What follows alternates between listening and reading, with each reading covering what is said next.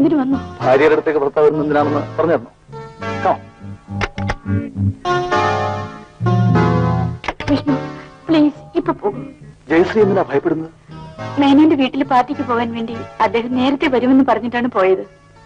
അതിനു മുൻപ് ഞാൻ പൊയ്ക്കൊള്ളാം.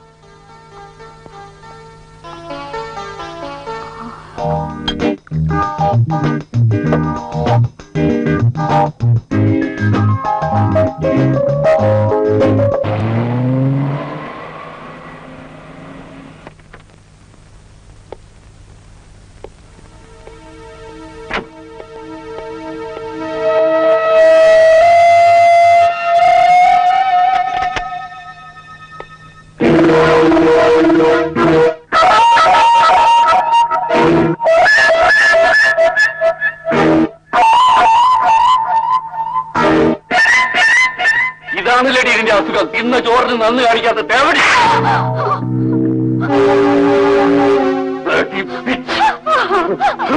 അവളെ തുടരുത്.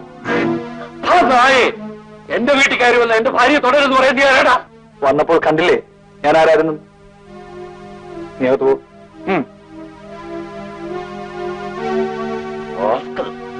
രണ്ടിനെ ഞാൻ വെറുതെ വിടില്ല.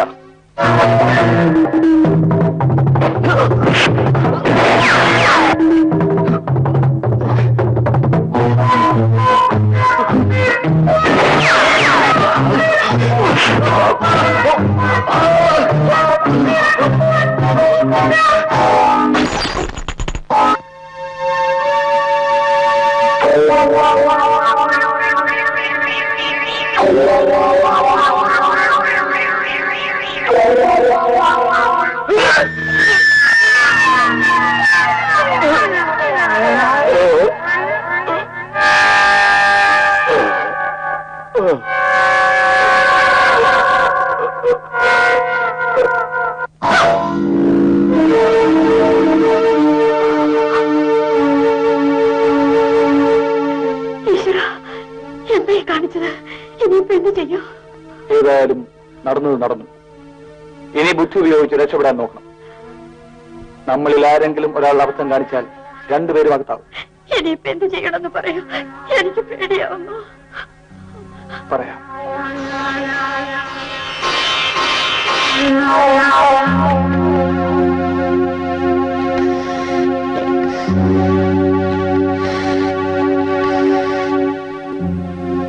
Hello, can I speak to Mr. Menon?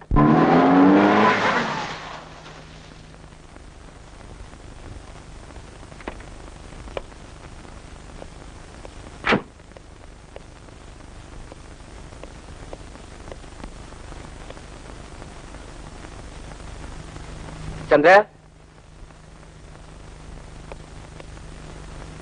Chandra, Chandra,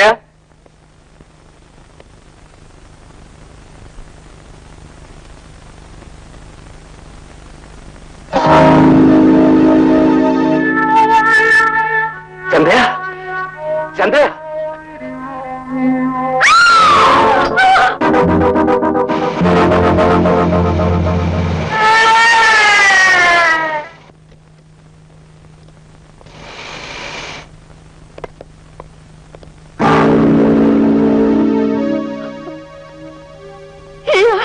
എന്റെ ഭർത്താവിനെ കൊന്നു. ജയശ്രീ, ഇതെങ്ങനെ സംഭവിച്ചു? ഫാക്ടറിയിലെ കണക്കുകളെ കുറിച്ച് ഇവർ രണ്ടുപേരും തമ്മിൽ വഴക്കുണ്ടായി. അതിന്റെ അവസാനം. ജയശ്രീ, മേനോൻ സാർ, എന്താ ഈ കാണിച്ചത്? നിങ്ങളാരെ? ഇവരുടെ ഫാക്ടറി മാനേജരാ. ഓഫീസിൽ കണക്ക് നോക്കുന്നതിനിടയിൽ മേനോൻ സാർ ദേഷ്യപ്പെട്ട് ഇറങ്ങി പോകുന്നു കണ്ടു. പിന്നെ മിസിസ് നായരുടെ ഫോൺ വന്നത് ഇവിടെ ഭയങ്കര വഴക്ക് നടക്കുന്നെന്ന. വില്യംസ് പറഞ്ഞതുപോലെ ചെയ്തു കളഞ്ഞല്ലോ sir. Williams, mister Menon, you are under arrest.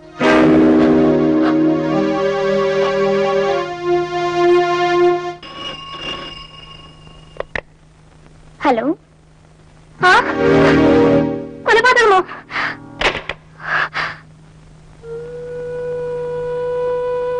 അച്ഛനെ ഈ നിലയിൽ കണ്ടുകൊണ്ട് ഞങ്ങൾ എങ്ങനെ ജീവിക്കും? അച്ഛൻ, എന്താണ് നടന്നതെന്ന് ദയവ് അച്ഛൻ തുറന്നു പറയണം. എന്നോടും പിള്ളേരോടും പറയാൻ വയ്യാത്ത കാര്യമുണ്ടോ അങ്ങക്ക്? എന്നോടൊന്നും ചോദിക്കരുത്. അങ്ങ് ലോക്കപ്പിലാണെങ്കിലും അങ്ങേക്കാളും വലിയ ശിക്ഷയാണ് ഞങ്ങൾ അനുഭവിക്കുന്നത്. അച്ഛനും ആർ സി നായരും തമ്മിൽ എന്തെങ്കിലും അഭിപ്രായ വ്യത്യാസം ഉണ്ടായിരുന്നു? ഒരിക്കലുമില്ല. ഞങ്ങളോട് പറയാൻ പഠിക്കുന്ന കാര്യം അച്ഛൻ പോലീസിനോടെങ്കിലും തുറന്നു പറയും. ഇല്ലെങ്കിൽ അച്ഛൻ ചെയ്തു എന്ന് പറയുന്ന കൊലപാതക കുറ്റം മക്കളെ ഞങ്ങൾ ഏറ്റെടുക്കേണ്ടി വരും. ലക്ഷ്മി, എന്റെ ഭാര്യയും മക്കളും എന്നെ അനുസരിക്കുമെന്നാണ് എന്റെ വിശ്വാസം. ഞങ്ങൾ എന്തു വേണമെന്ന് പറയൂ.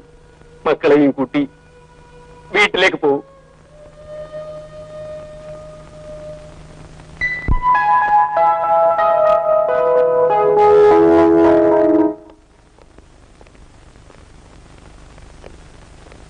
അഡ്വക്കേറ്റ് എന്ത് പറഞ്ഞു ചേട്ടാ?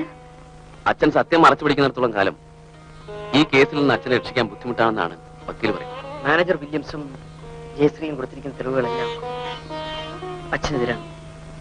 അമ്മാനെ രക്ഷിക്കാൻ ഒരു വഴിയില്ലെന്നേ. അതിനുവേണ്ടി ഞാൻ പഠിച്ച നിയമവും ഇരക്കൽ തപ്പി തടയുകയാണ് മോളെ. ഈശ്വരനോട് പ്രാർത്ഥിക്കാനല്ലാതെ ഇന്ത്യൻ പീനൽ കോഡ് തിരുത്താൻ എന്നെ കൊണ്ടാവില്ല.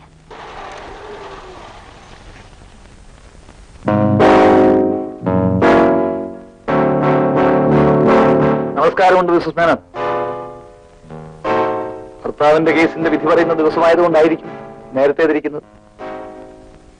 ഏത് കേസിലും നീതിയിൽ നിന്നും വ്യതിചലിക്കാത്തവരല്ലേ നിങ്ങൾ. ഇന്നെന്ത് വിധി പറയുമെന്ന് അറിയുവാൻ എന്നെപ്പോലുള്ള നാട്ടുകാർക്ക് ആകാംക്ഷ.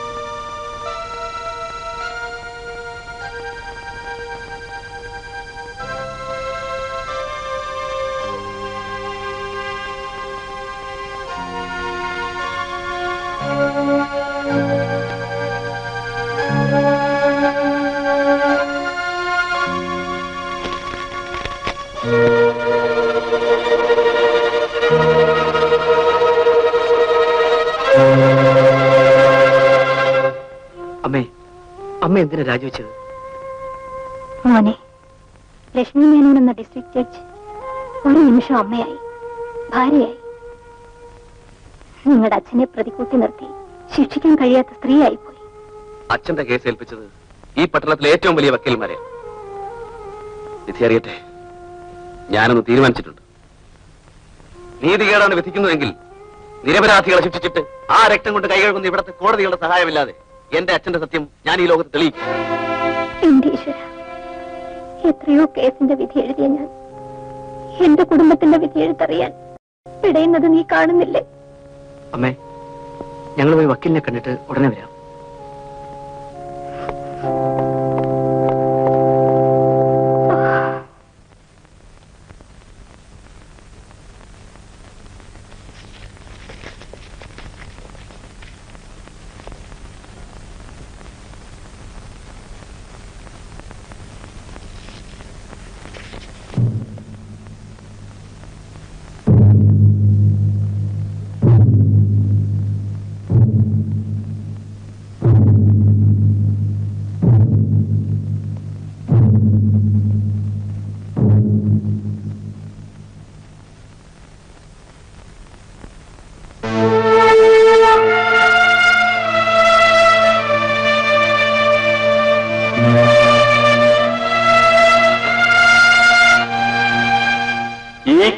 പ്രതിയായ ശ്രീധര മേനോൻ തന്റെ പാർട്ണറും സതീർത്ഥനുമായിരുന്ന R.C. നായരെ അദ്ദേഹത്തിന്റെ താമസ സ്ഥലത്ത് വെച്ച് അതിക്രൂരമായി കൊല ചെയ്തുവെന്ന് കോടതിക്ക് ബോധ്യമായിരിക്കുന്നു.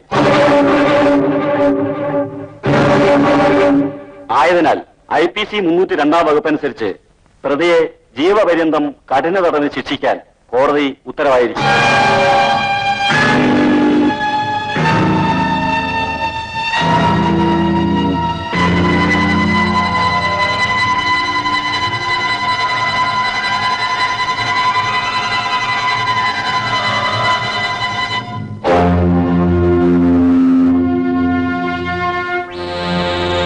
വിഷ്ണുവിന്റെ നെഞ്ചിൽ പകയുടെ തീ പിടിച്ചാൽ അതെല്ലാം നശിപ്പിച്ചിട്ട് അടങ്ങും. അതിൽ ലക്ഷ്മി മേനോന്റെ കുടുംബം മുഴുവനും കത്തിത്തകരും. അപ്പോൾ മാത്രമേ എന്റെ പ്രതികാരം പൂർത്തിയാകൂ. എനിക്കിനി കാണേണ്ടത് തെരുവിൽ തിന്നുന്ന അമ്മയും മക്കളെയുമാണ്. അതിനുള്ള കരുക്കുകളെല്ലാം ഞാൻ ഒരുക്കി കഴിഞ്ഞു. ഫാക്ടറി കണക്കുകൾ ഇപ്പോൾ നോക്കിയാൽ അവർ ചില്ലിക്കാശ് പോലും സ്വന്തമായിട്ടില്ലാത്തവരാണ്. മാത്രമല്ല, കണക്കുകൾ പറയുന്നത് ലക്ഷങ്ങൾ മേനോൻ R.C. നായരിൽ നിന്നും കടം വാങ്ങിയിട്ടുണ്ടെന്നുമാണ്. എല്ലാം ഞാൻ തിരിച്ചെഴുതി കഴിഞ്ഞു. Very good news. നിങ്ങൾക്ക് ഞാൻ വാഗ്ദാനം ചെയ്ത തുക എപ്പോൾ വേണമെങ്കിലും വാങ്ങാം. ജപ്തി കഴിഞ്ഞതിന് ശേഷം മതി. ജയശ്രീക്ക് അടുത്ത് ചൂട് വെക്കാം. അതിനുശേഷം നിന്റേത് മാത്രമായിരിക്കും ആ ഫാക്ടറി. ഇതിലൊന്ന് ഒപ്പിട്ടേക്കൂ.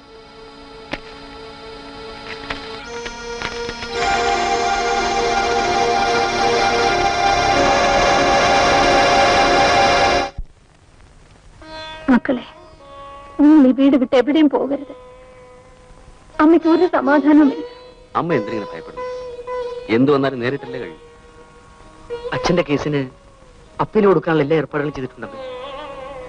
എല്ലാ ഈശ്വര നിശ്ചയം പോലെ നടക്കട്ടെ. ഐശ്വര്യം നിറഞ്ഞ ഈ വീട് ഇത്ര പെട്ടെന്ന് ഒരക്കില്ലമായി മാറുമെന്ന് ഞാൻ കരുതിയില്ല.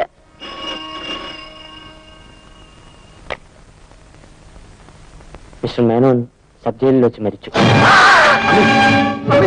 അച്ഛൻ എന്ത് പറ്റുന്നു? അച്ഛൻ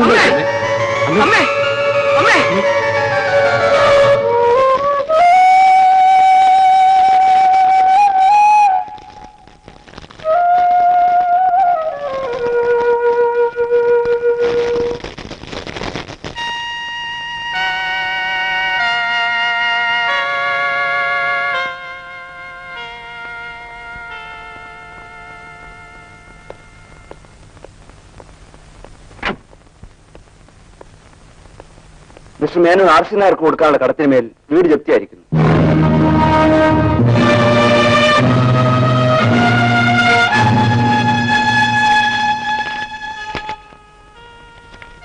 അമ്മ ഒപ്പിടരുത്. ഇതിലെന്തോ ചതിയുണ്ട്. തെരുവിലിറങ്ങി പോകേണ്ടി വന്നാലും നിയമത്തിനെതിരായി പോകാൻ എന്നെ കൊണ്ടാവില്ല മോനെ. ഹംസ ജീവിച്ചിരിക്കുന്നിടത്തോളം അമ്മയും രാജുവും രവിയും തെരുവിലിറങ്ങേണ്ടി വരില്ല. താമസത്തിന് വേണ്ട ഏർപ്പാടുകൾ ഞാൻ ചെയ്യാമേ.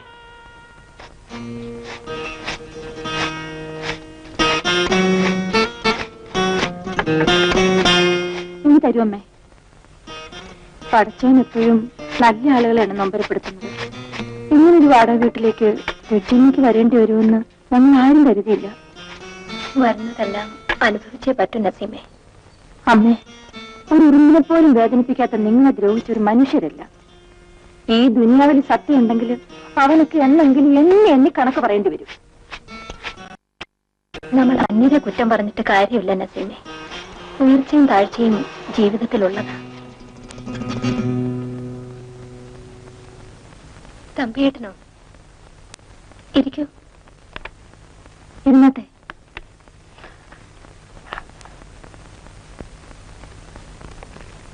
വീട് ജപ്തി ചെയ്ത വിവരം നിഷയുടെ ടെലഗ്രാം കിട്ടുമ്പോഴാണ് ഞാൻ അറിഞ്ഞത്.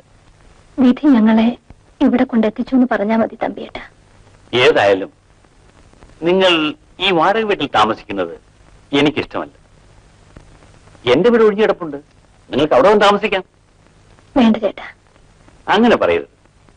നമ്മളെല്ലാം ഒരു കുടുംബം പോലെ ജീവിച്ചു വന്നവരാണ്. സ്വത്തുണ്ടെങ്കിലും ഇല്ലെങ്കിലും നാളെ എന്റെ മകൾ ജീവിക്കുന്നത് നിങ്ങളോടൊപ്പമാണ്. ഞാൻ വിളിക്കുന്നിടത്തേക്ക് വരാൻ നിങ്ങൾക്കൊരു ദുരഭിമാനം തോന്നേണ്ട കാര്യമില്ല. അതുകൊണ്ടല്ല തമ്പിയേട്ട, എന്റെ മക്കളുടെ അച്ഛൻ എല്ലാ സൗഭാഗ്യങ്ങളും നേടിയ ആളായിരുന്നു. പക്ഷെ അവസാനം ജയിലിൽ കിടന്ന് ആരോരും ഇല്ലാതെ മരിക്കാനാണ് ദൈവം നിശ്ചയിച്ചിരുന്നത്. അതാലോചിക്കുമ്പോ വാടക വീട്ടിൽ താമസിക്കുന്നതൊന്നും ഒരു പ്രശ്നമേ അല്ല.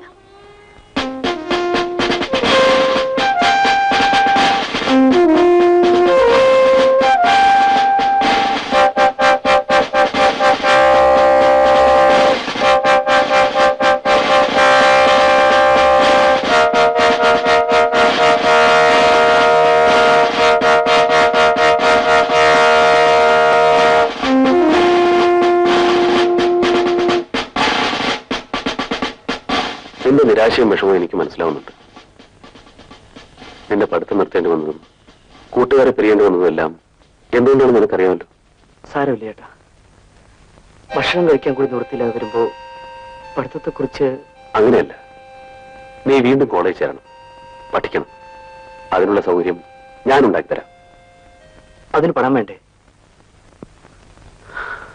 ഞാൻ ഉണ്ടാക്കും.